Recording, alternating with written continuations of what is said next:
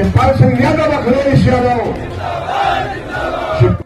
तो ये सही है कि आप लोगों ने हमसे कहा था एक हो जाओ, तो हम तो एक हो गए। बताओ, हो गए?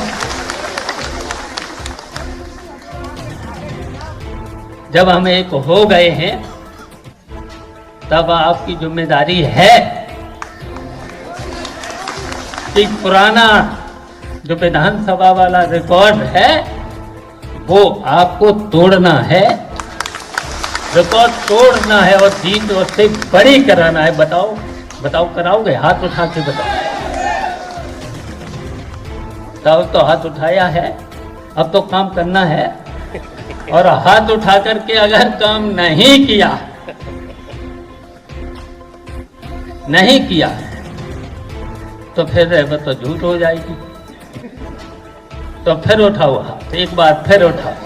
झूठ नहीं, आज ही से काम करना है, आज ही से काम करना है। वोट नहीं कह करके आप लोगों को जिम्मेदारी देते हैं। ये प्रतिष्ठा का चुनाव है।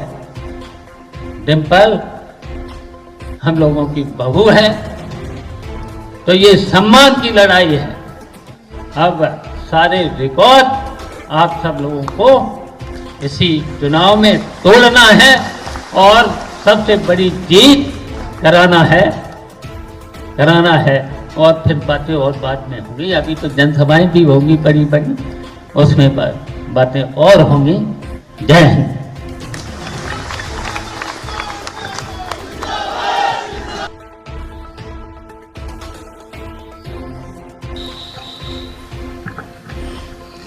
मंच पर उपस्थित समाजवादी पार्टी के प्रमुख राष्ट्रीय महासचिव आदरणीय रामगोपाल यादव जी, यहाँ से विधायक आदरणीय शिवपाल सिंह यादव जी, समाजवादी पार्टी के बहुत ही वरिष्ठ नेता, पूर्व में रहे नेता प्रतिपक्ष आदरणीय राम गोविंद चौधरी जी, पूर्व सांसद तेज प्रताप जी, आदित्य, संचालन कर रहे रामनेश यादव जी, दूसरे मंच पर बैठे हुए कुमदेश यादव जी और बहुत ही समाजवादी पार्टी के सभी सम्मानित नेतागण, विधानसभा जसवंत नगर ब्लॉक सैफई के सभी हमारे आदरणीय बुजुर्ग, सेक्टर प्रभारी, बूथ प्रभारी, प्रधान, पूर्व प्रधान, बीडीसी और सभी जिम्मेदार कार्यकर्ता साथी, पत्रकार बंधुओं, मैं सबसे पहले समाजवादी पार्टी के विधायक आदरणीय शिवपाल सिंह यादव जी का बहुत बहुत धन्यवाद और आभार प्रकट करना चाहता हूं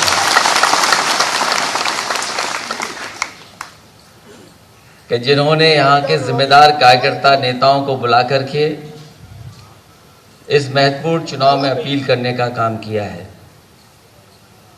लोकसभा मैनपुरी की सबसे बड़ी जीत दिलाने वाली विधानसभा जसवंत नगर और जसवंत नगर को सबसे ज़्यादा जीत दिलाने वाला ब्लॉक सैफई, उसके कार्यकर्ताओं का मैं बहुत बहुत धन्यवाद और आभार प्रकट करना चाहता हूँ।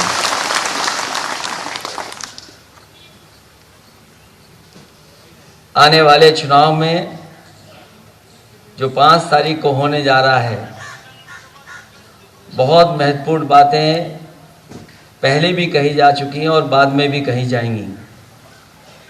ये जो चुनाव होने जा रहा है, ये विशेष परिस्थितियों में चुनाव होने जा रहा है। मैं आपको किसी को नहीं पता था कि हमारे और आपके ऊपर ऐसा चुनाव आ जाएगा और नेताजी हमारे बीच में नहीं रहेंगे।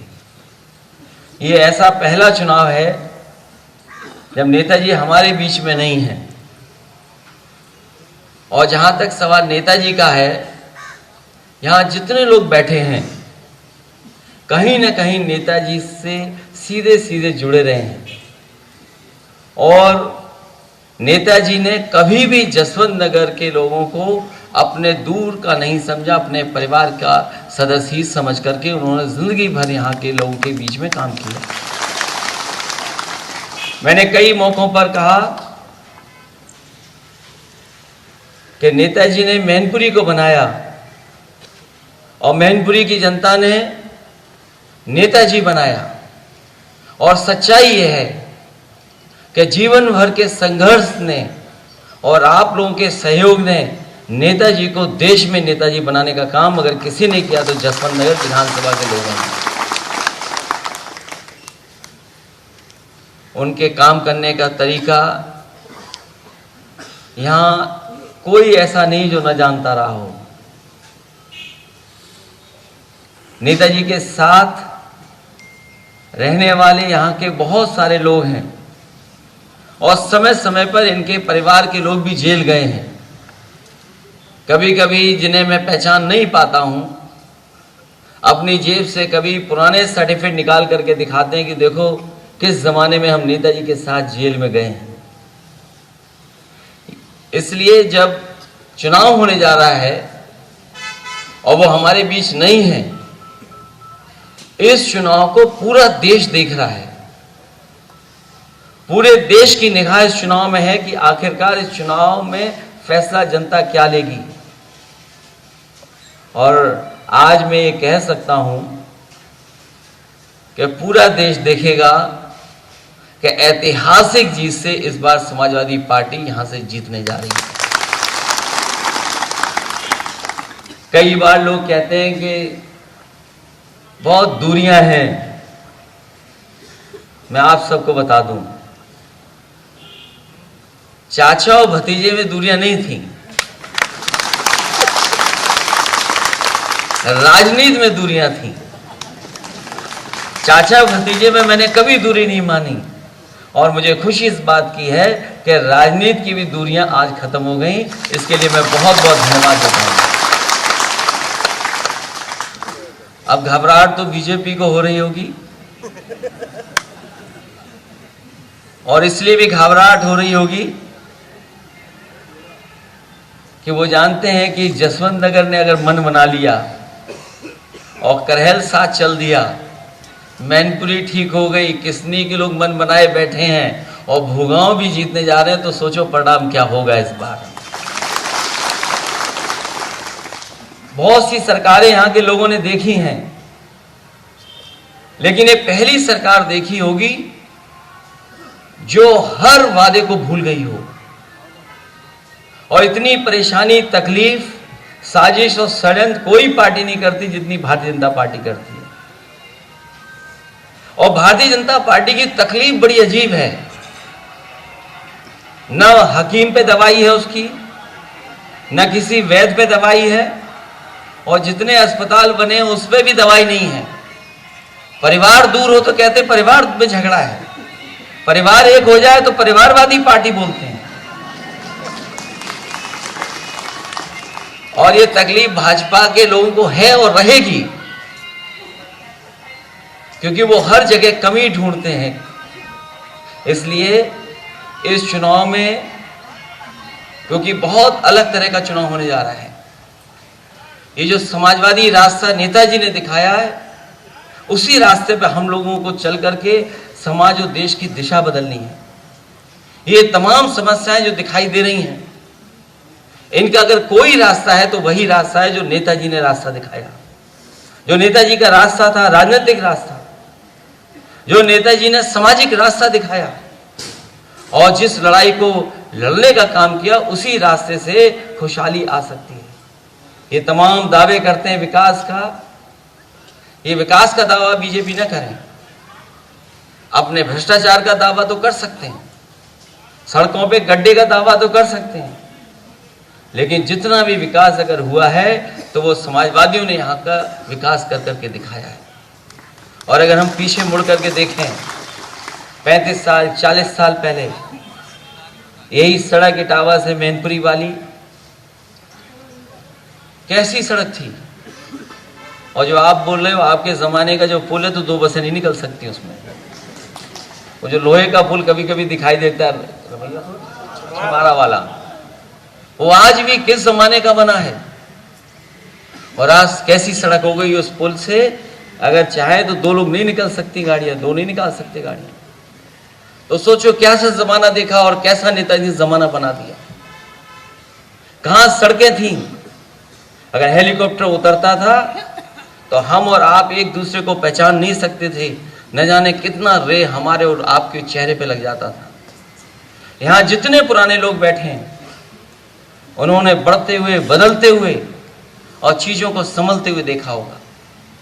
इसलिए मुझे पूरा भरोसा है कि हमारे बुजुर्ग, इन्हें पता है कि कहां से हमारी लड़ाई शुरू हुई थी।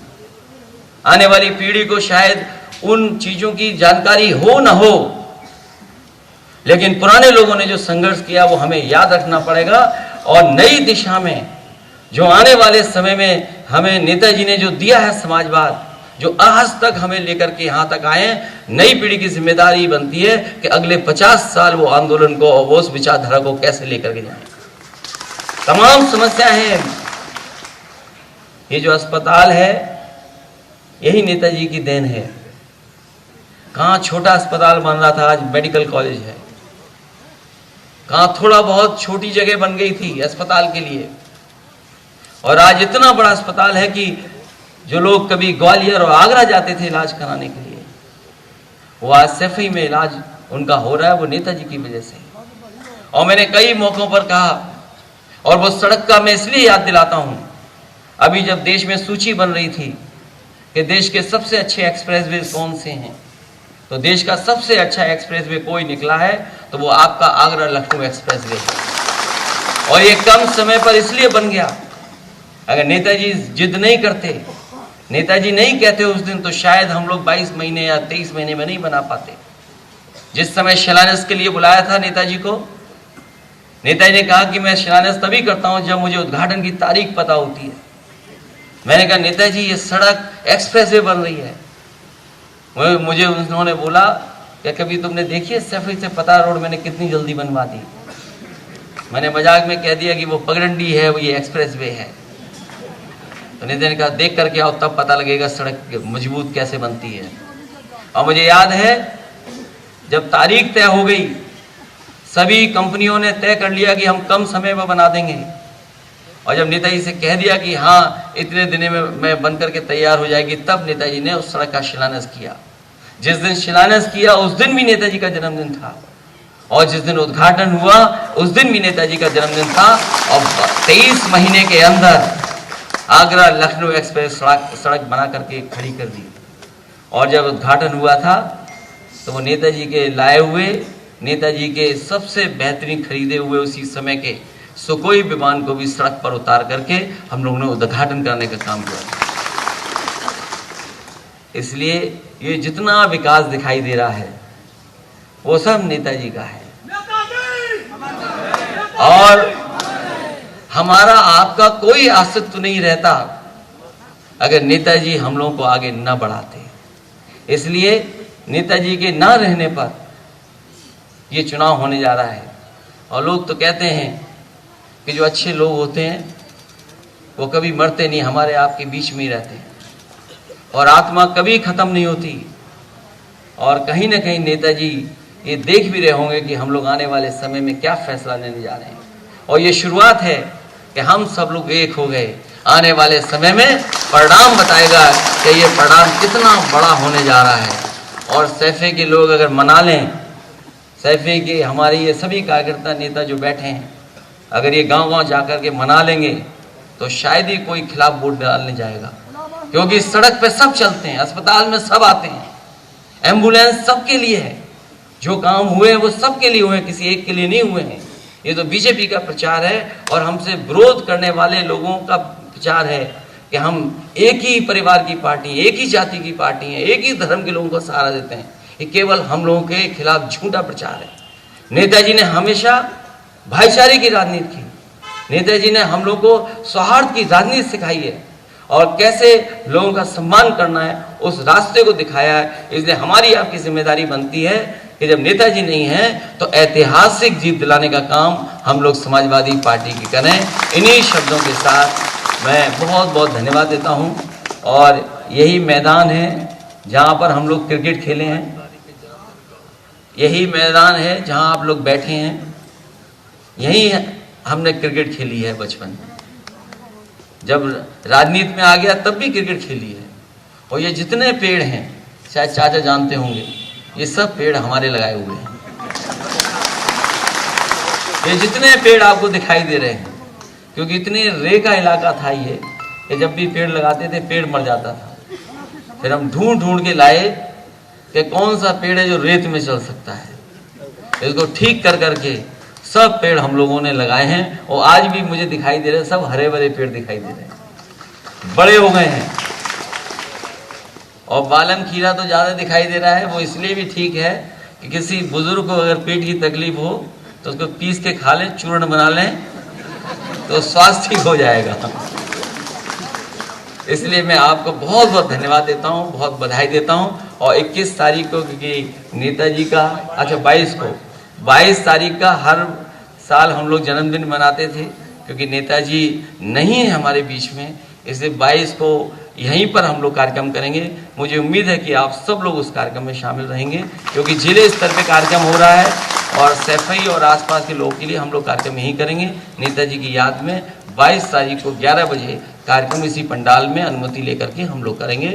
बहुत बहुत धन्यवाद, बहुत बहुत आभार प्रकट करता हूँ, इस उम्मीद, इस भरोसे के साथ कि सैफई ब्लॉक सबसे ऐतिहासिक जीत दिलाएगा। और जो चाचा ने कहा कि ईवीएम का पूरा ध्यान आखिरी वक्त तक करना है, क्योंकि सरकार ये नहीं बताती है कि 20 लाख ईवीएम गायब हैं। डब्बे बदल सकते हैं तो ईवीएम भी बदली जा सकती है।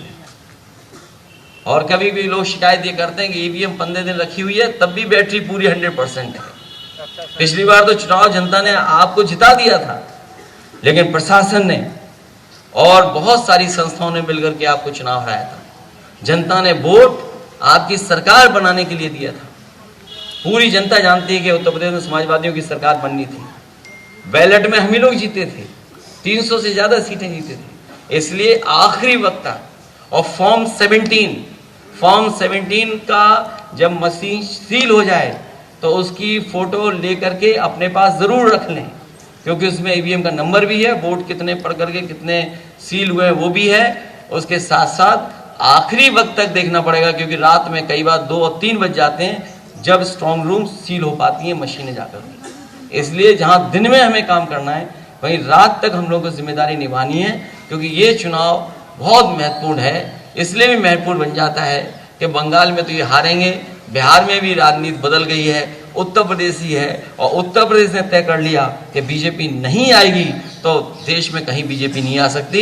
इसलिए आपकी हमारी जिम्मेदारी जहां नेताजी के सम्मान की वो तो है ही है, लेकिन देश की राजनीति को दिशा दें, उसकी भी हमारी आपकी जिम्मेदारी बनती है। यही रास्ता नेताजी ने दिखाया था, उसी रास्ते पे चल करके हम लोग समाजवादी पार्टी को मजबूत करेंगे। बहुत बहुत धन्यवाद और बहुत बहुत आभार प्रकट करता हूँ आपका।